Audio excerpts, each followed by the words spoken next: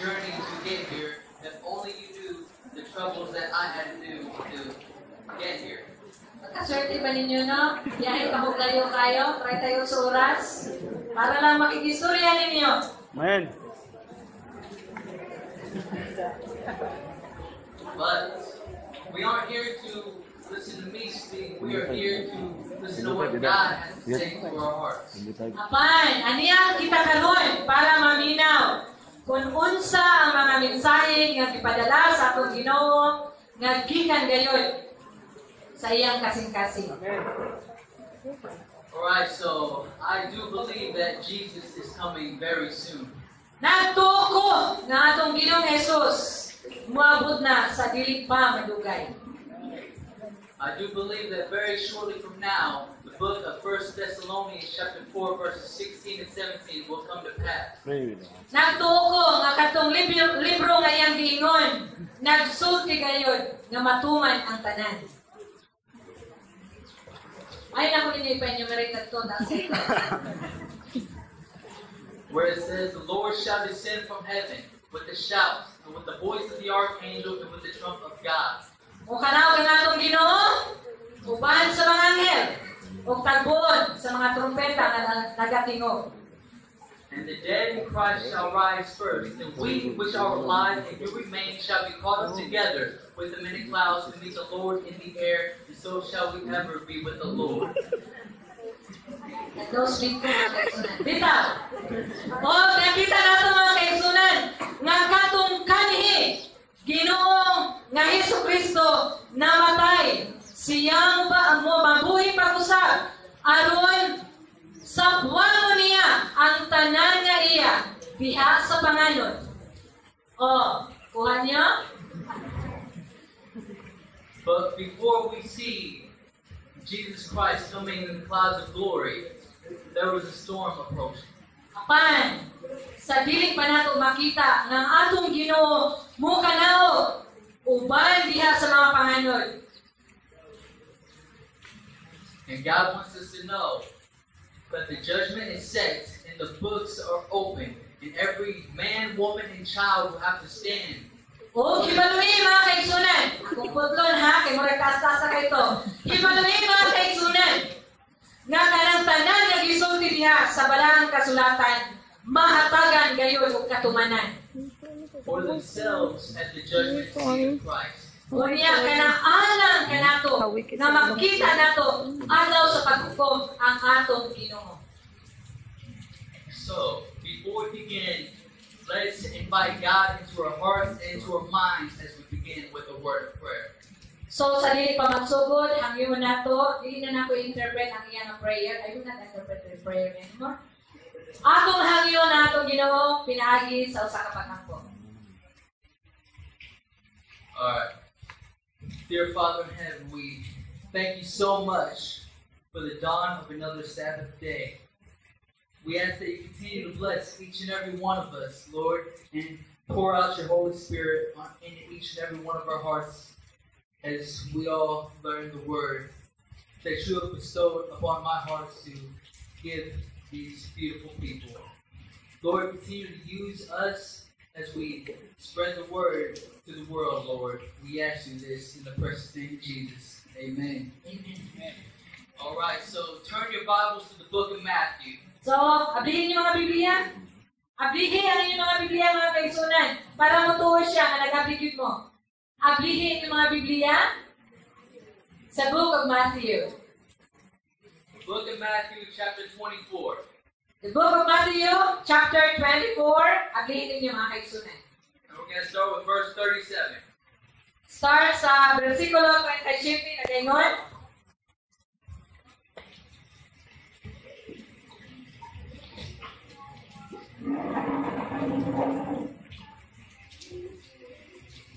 Okay.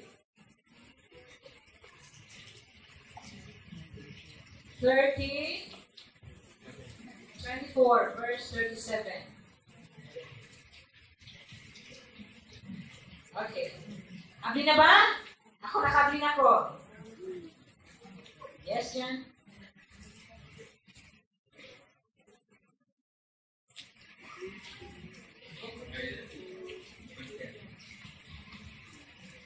But as the days of Noah were, so shall also the coming of the Son of Man be.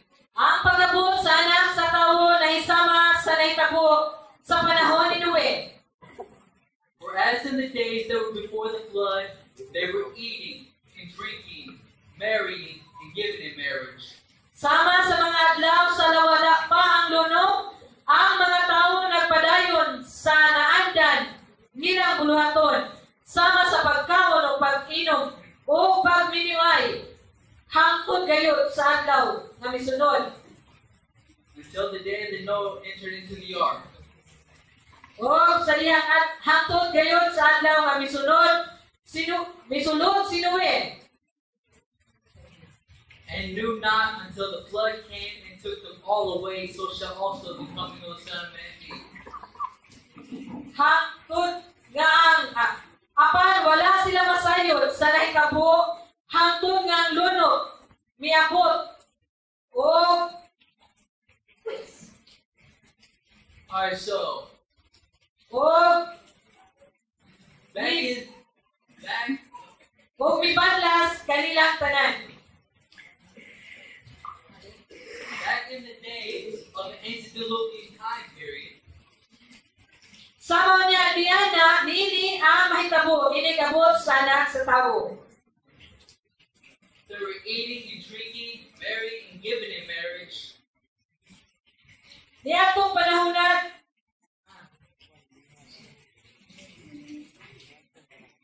verse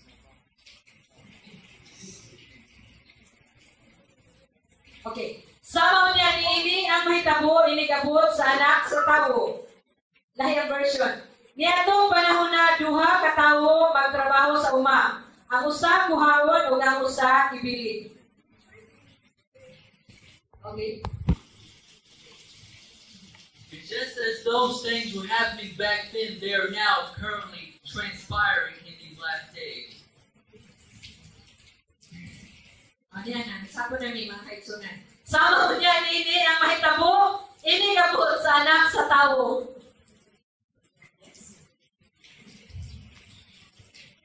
And they were destroyed for lack of knowledge. Why?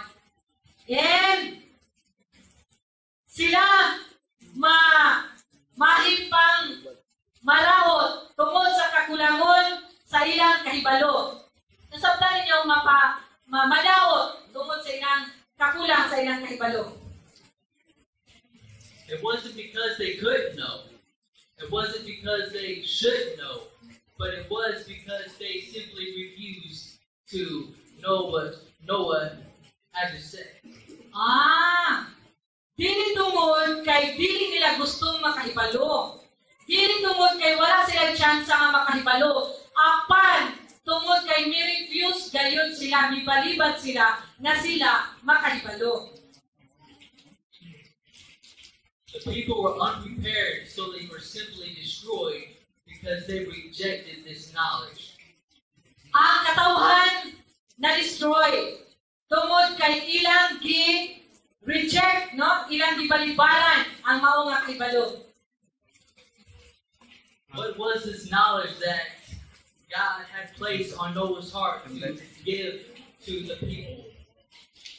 Ang mao nga knowledge mao ang pagbutang sa Ginoo sa mao nga kahibalo diha sa kasing-kasing ni Noah alang sa iyang katawhan. No man failed to realize that though they reject this knowledge, Kung bisan pa gibalibaran nila ang mao nga mga kahibalo,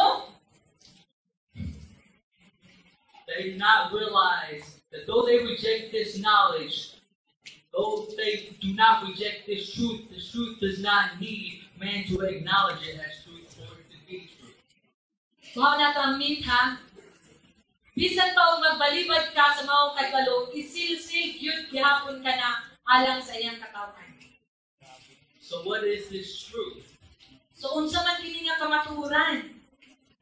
I am the way, I am the truth, I am the life, and no man cometh to the Father but by me, says Jesus Christ. Masabot, di ba? Memorize kayo na nato ng mga bersikulo ug dili na nako kinahanglan pang ihatag ang mao nga linya para sa inyo nga And we believe that Jesus Christ is truth. What else is truth? We believe that the Word of God is truth. Amen? Amen. They amen. So they understood. And do you believe that the Word of God is none other than Christ Himself? So nakita nato, walay lain ang ato ra yung Ginoong Jesucristo. Go to the book of John in chapter 1. So giablihin, Juan chapter 1. Kapitulo 1, good, damo ba? The book of John chapter 1, we're going to start with verse 1. Ako marang mangita kay kay magsugod man. Sige, just give me time. Chapter 1, verse 1. Uy, wag man ako nadala ko ang tipagan. Okay? In the beginning was the Word, and the Word was with God, and the Word was God. Sa wala pa'y nabuhat bisan unsa ang pulong diha na.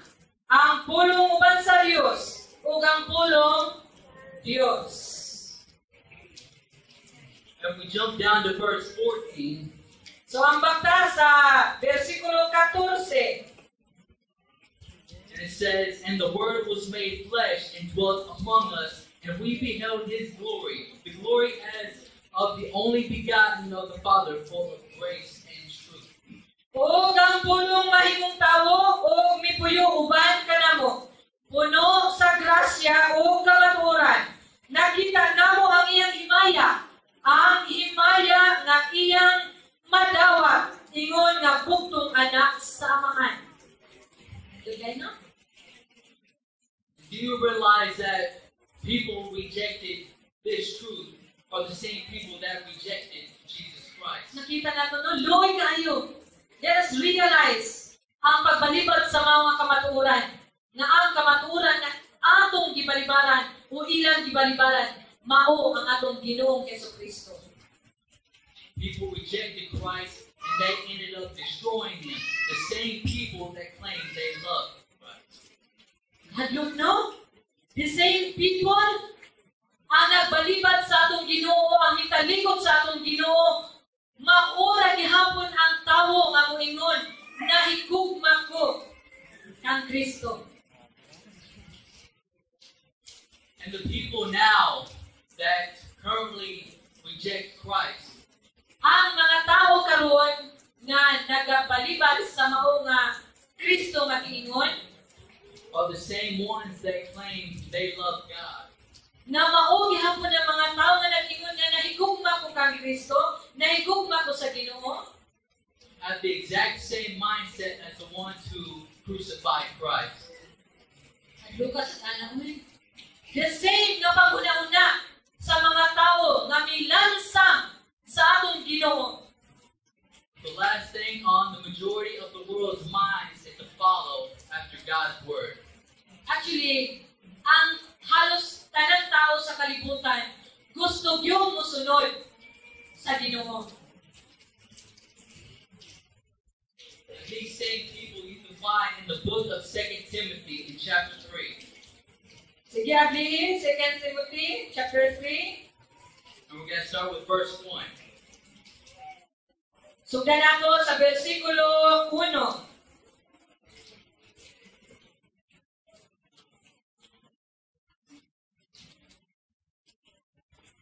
This know also that in the last days perilous times shall come, where men shall be lovers of their own selves. Timani kini, sa katapusang mga adlaw moabot ang mga malisod nga panahon.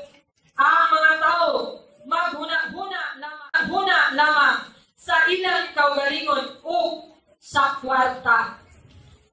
Covetous, boasters, proud, blasphemers, disobedient to parents, unthankful, unholy.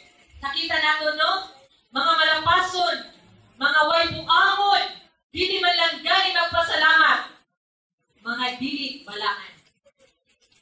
Without natural affection, truce breakers, false accusers, incontinent, fierce, despisers of those that are good. Wala silang kaluoy, walay buangon, ting butang-butang, mapatuyangon, mabangis, mabiduntanong sa maayo. traitors, heady, high-minded, lovers of pleasures more than lovers of God. Mabudhihon, mapasagaron o garbuso kayo. Palabihon nila ang kahilayan kaysa Diyos. Having a form of godliness, but denying the power thereof, from such turn away. So, makita nato, no? Makita nato ang pagkadili nila Diyos noon kung unsa silang kalayo diha sa atong Ginoo. You see, most professed Christians nowadays decide to have a form of godliness, but they deny the power thereof. So makita nato, no? Bisan sa atong panahon karon, daghan kayo ang mo-claim na Diyos nun sila.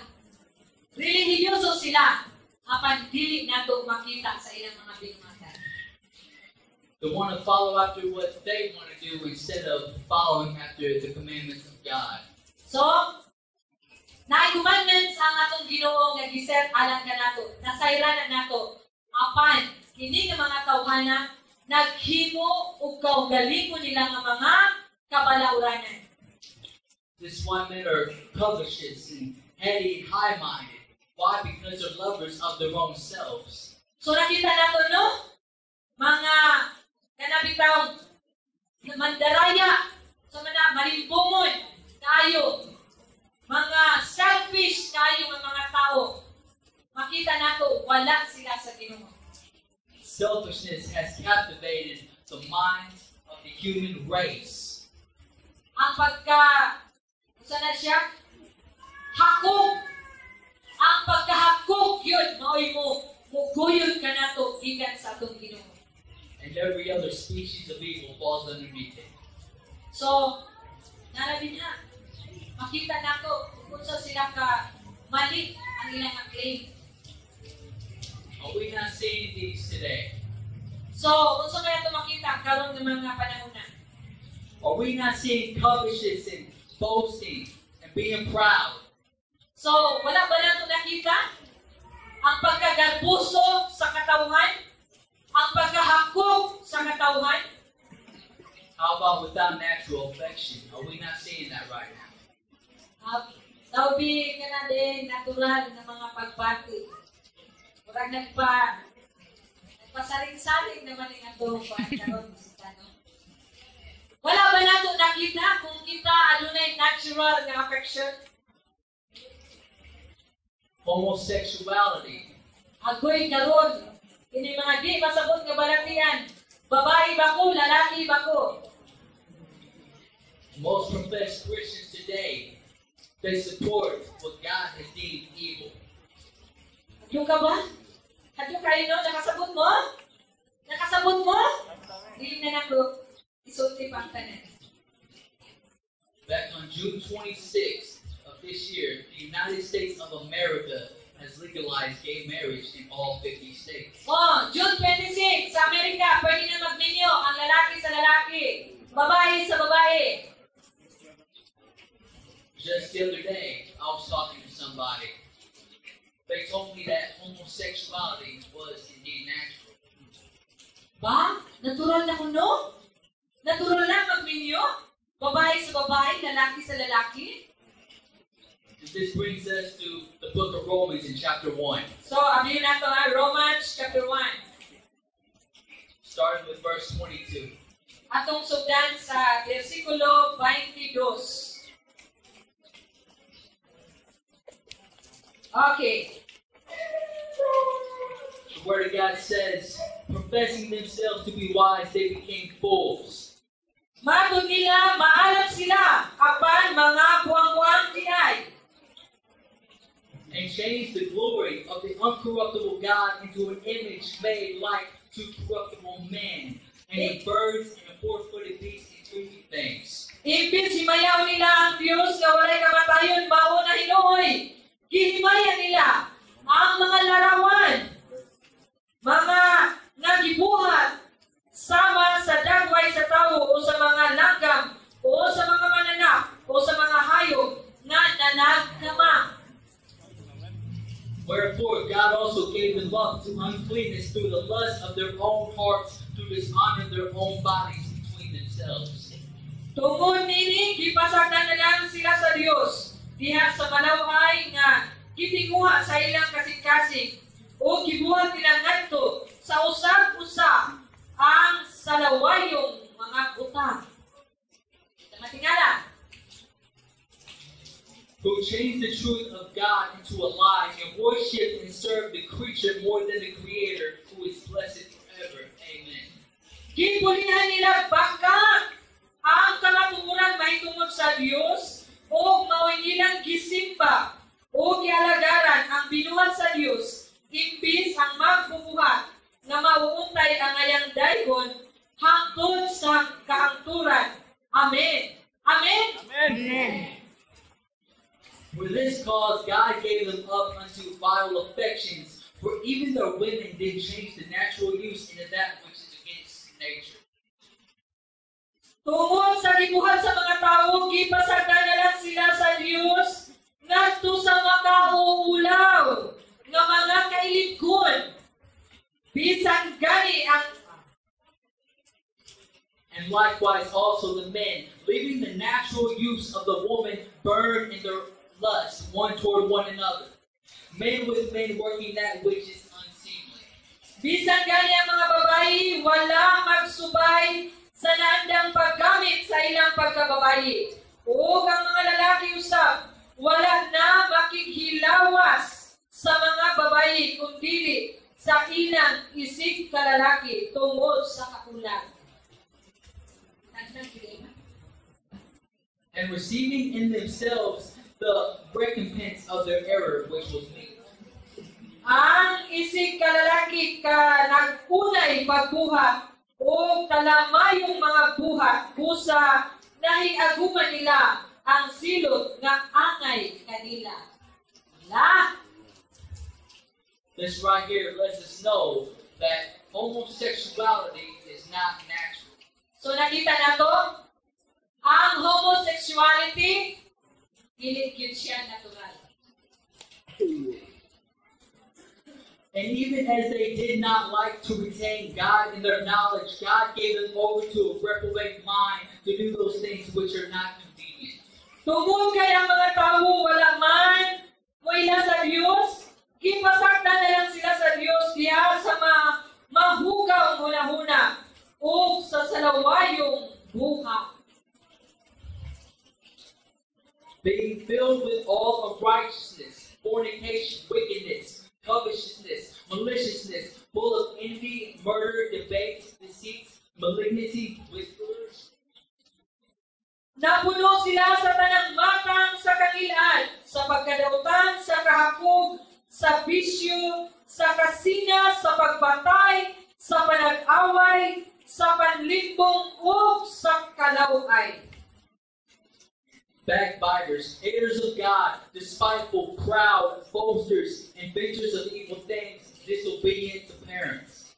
Manlibak sila ug maginautay sa usa-usa. Nagtumot sila sa Dios, mga hambugiro, mapahitason, ug andakan. Tigmog na sila dautan, ug musukol sila sa ilang ginikanan na nasukol pa. Without understanding, covenant breakers, without natural affection, implacable, unmerciful. Mga buwang-buwang sila, dili mutuman sa ilang mga saan, ug wala sila'y kaluoy, ug pagbati sa uban. Who, knowing the judgment of God, that they which commit such things are worthy of death, not only do the same, but have pleasures in them that do them. Nasayod sila nga ang balaod sa Dios nagingon nga ang mga tawo nga nagkinabuhi niining paagiha angay sa kamatayon. Alright, does this sound familiar right now? So,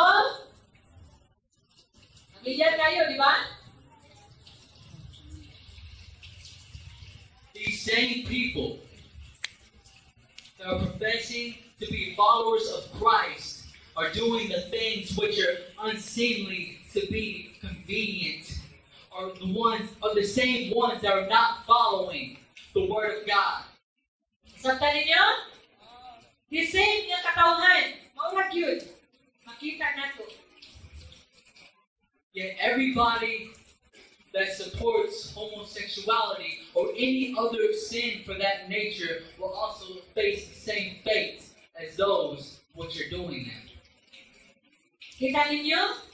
Maura ang mga katawan. Maura sila ang mga katawan o atubang sa mga butang na ilang ginapakimo. I go to the book of Luke. So, ato ablihan, Lucas. Ano po niya? Luke chapter 17. Lucas, kapitulo 17. I'm going to start with verse 28. Atong sugdan sa versikulo 28 na gayon. Okay? Likewise, also, as it was in the days of Lot, they did eat, they drank, they bought, they sowed, they planted, they builded.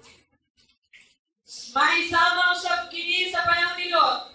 Ang tanan nagpadayon pagpangaon o pagpanginom, pagpangalit o pagpamaligya, pagpananog o pagpamuhat o balay. But the same day that Lot went out of Sodom, it rained fire and brimstone from heaven and destroyed them all. Sa adlaw nga mibiya si Lot sa Sodoma, ang kalayo ug asupre, miulan gikan sa langit ug mitabon kanilang tanan. God didn't just destroy those who were practicing homosexuality. So, isay mga kaigsunan, ang paghaimon sa akong Ginoo diha sa nagabuhat sa homosexuality. God didn't just destroy those who were murdering. Wala na limit ang gihimo sa Ginoo sa mga tao nga nagpatay. Or any other sin for that matter. Or bisan pa sa uban pa nga nagpakasala. Why did God destroy every single inhabitant that was within the city of Sodom and Gomorrah? So nakita nato no, walay gipili tanang tao sa Sodoma ug Gomorrah gisunog sa Dios. It's because they were corrupted by association. Kaya nga naman, nakorrupt sila sa kanang pagpakikugoy-hugoy. No, pagpakikugoy-hugoy association. The Word of God says, "Be not deceived, evil communications corrupt good manners." So, sa kanunay nato ipahinumdum, ayaw yun pagpalimbong sa mga corrupt para dakuton ang maayo nga ginuhatay. The people in the days of Lot and Noah were practicing that which were contrary to what God had to say in His Word. So, sa panahon ni Lot, sa panahon ni Noah, ang mga tao nga gisilutan katong wala nagsunod sa kunon sa iyang ingon. And that which is to be hath already been. So, mao na ang nahitabo sa unang panahon, o mao ka na ang mahitabo karon ng mga panahon na. And God requireth that which is past. And gitugot na mga kaigsunan sa atong Ginoo. Go to the book of Jude, chapter 1, verse 7. Abita sa which book? Jude. Okay. Verse 7. Jude. Ito sabi sa book ni Jude. Tama mga kaigsunan. Before sa Revelation. Good. Ako sa bayo na lang. Okay.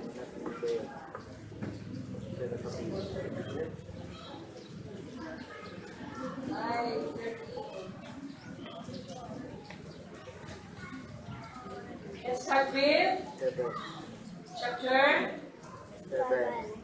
7. Good. Chapter Verse 7. Verse 7.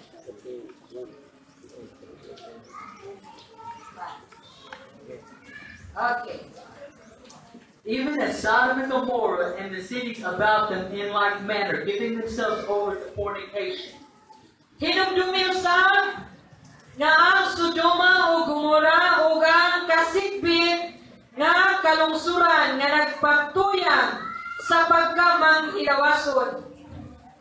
and going after strange flesh are set forth for an example, suffering the vengeance of eternal fire. O sa kanila gisilutan hasta kalayo nga walay pagkapalong silbing pasidaan alang sa tanan. So what happened in the days of Lot are set forth for an example to what is about to take place in these last days. So nakita nato no kung sa gyud ay ang nahitabo sa ilang kapanahunan. Ug unsang mahitabo niining mga ulahing adlaw. We do believe we're in the last days, amen? But what is about to take place is the same that happened in Sodom and Gomorrah is going to be a much broader scale. So, makita na ito mga kaigsunan, no? Sama sa Sodoma ug Gomorrah, mas dako pag yun ang mga panghitabo karong mga panahon na. Go to the book of 2 Peter chapter 3, verse 10. 2 Peter chapter 3, verse 10. Aba igsoon. Sa dapit. After which?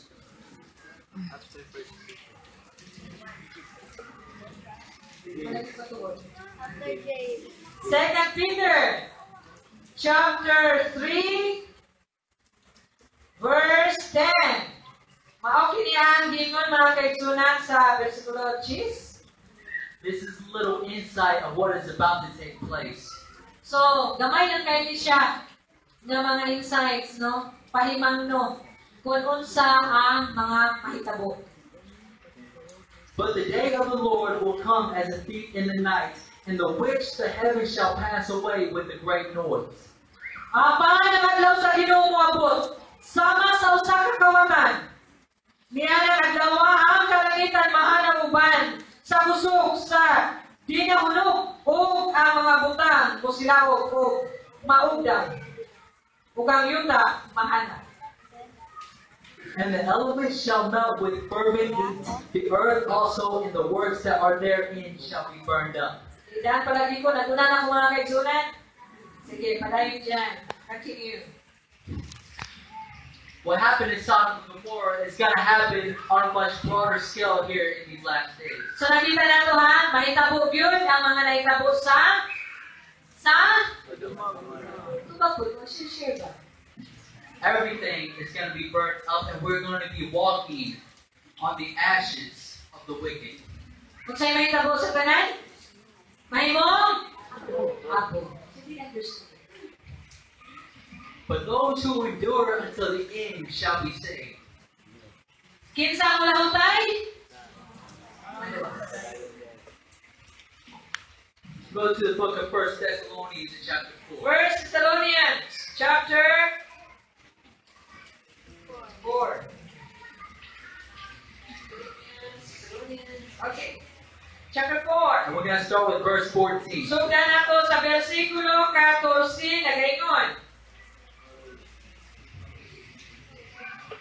For if we believe that Jesus died and rose again, even so, them also which sleep in Jesus will God bring with them. Kita nagtuo nga si Jesus namatay ug nabanhaw. Busa tungod kang Jesus, banhawon ug dayon sa Dios uban kaniya kadtong namamatay nga nagtuo kang Jesus. For this we say unto you by the word of the Lord, that we which are alive and remain unto the coming of the Lord shall not prevent them which are asleep. Come again? Verse 15. Ang pagtulunan sa Ginoo nga gitudlod namo kaninyo mao kini. Kita nga buhig pa inigbalik sa Ginoo dili maguna niadtong nangamatay na. For the Lord himself shall descend from heaven with a shout, with the voice of the archangel, and with the trump of God, and the dead in Christ shall rise first. Unya mabati ang singgit sa pagmando o ang tingog sa arkanghel ingon man ang lanog sa trumpeta sa Dios. Then we which are alive and remain shall be caught up together with them in the clouds to meet the Lord in the air, and so shall we ever be with the Lord. Ako sa'y padayon kung sa naginugikan sa langit, maayunang mabanhaw kadtong nangamatay nga nagtuo sa Ginoo. Unya kita nga buhig pa niadtong adlaw bayawon uban kanila dito sa mga pangalod aron pagsugat sa Ginoo. Wherefore comfort one another with these words. O kitaon niya uban sa kanunay sa Ginoo. Comfort one another with the assurance that those who have died and endured until the end Maguman kitang tanan, katong tanan na minahutay, hangtod sa kanturan. shall one day live again. Magpuyo ta, kitang tanan, mag-usa ta dito. Comfort one another with the assurance that one day Jesus is going to return. So maguman tanong, na assured nga, sigurado gayon, na kita makikuban sa atong Ginoong Jesucristo. And redeem us from this wicked world. O niya, kita luwason, gikan iining dautan kayo makalibutan. Comfort one another with the assurance that one day Jesus will return because he has risen from the grave. So no, mag-uban kitang tanan, na kitang tanan nga nagtuo nga atong Ginoo namatay ug nabuhi diha sa lubnganan. And give us eternal life. Unya kagaan ta niya ug kinabuhi walay katapusan. And God has given us a promise, and it is my favorite promise. Unya ang Ginoo kagaan ta niya usa ka saad. Dili siya nga saad, paborito niya nga saad. You can find it in the book of Revelation in chapter 21. Okay, Pinadayag, chapter 21. And verse 4. Versikulo 4, nagingon. And God shall wipe away all tears from their eyes. Pahira niya ang iyang luha. And there shall be no more death, neither sorrow, O nor crying. wala na'y kamatayon o kasubo. Neither shall there be any more pain, for the former things are passed away. Paghina o kasakit kay nahanaw naman ang daang mga butang.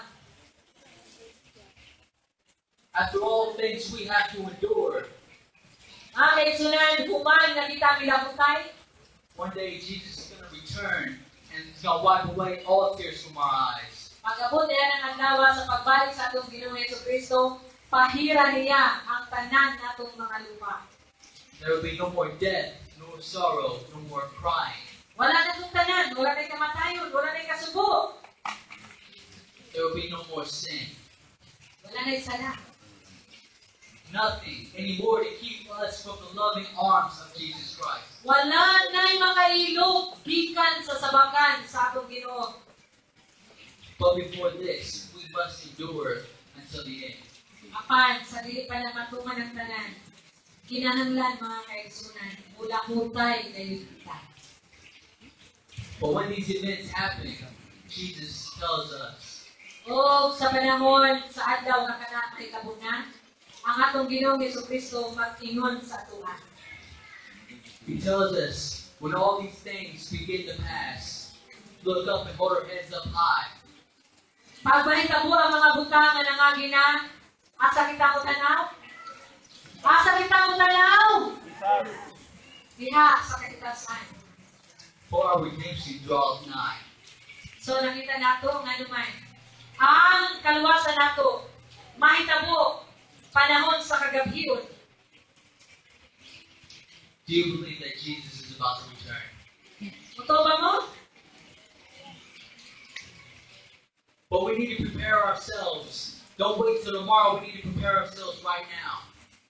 So, hindi nga itong panagtigong mga kaisunan, kako mga batanon. Sa ato mga katigulangan, kini nga itong higihin mo karon, usa kadakong pagpangandam.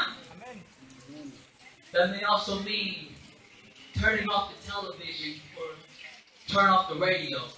Kunya kita gan, maugali ka na,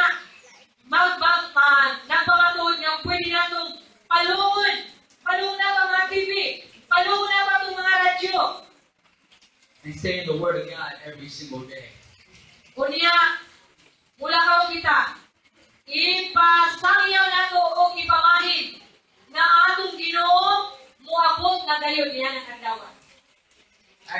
don't know about here, but in America, almost every household has 2 washing machines. Mga kaigsunan, wala yun siya nasayod. Dili sa tuwa, wala siya nasayod. Kung sa atong sitwasyon, pero sa Amerika, dito sa mga dapit, tagluhay washing machine sa kadapat malay. A washing machine and a brainwashing machine. Ay, washing machine di ay o brainwashing machine. Ga-brainwashon na sila. But we need to stay in the Word of God every day and keep coming closer to Christ through prayer. So mga kaigsunan, nung indun kayo, sa mga inaya ng mga pangitabo, pinig yung tamo biya sa among mga pag-ampo, sa among pagtuon diha sa atong Ginoo, matag adlaw. So with that being said, I pray that each and every one of us will be able to endure until the end. Mga kaigsunan, kinahanglan mapagod natong palamigon, no? Na kinahanglan din natong malahutan hangtod sa kanturan. Because Jesus is coming soon. So makita nato, nindot kayo ang saan. Ang atong Ginoo, mubalik yun, dili na madugay. So let us close with prayer. So kita magpo. Dear Father in heaven, we thank you for your many blessings, Lord. We thank you for filling us with your Holy Spirit and enlightening us with your word. Lord, we ask that you continue to cleanse us from all sin and to purge us from all unrighteousness. Lord, we ask that you help our faith grow like we've never had before, Lord. And we ask you this in the precious name of Jesus. Amen.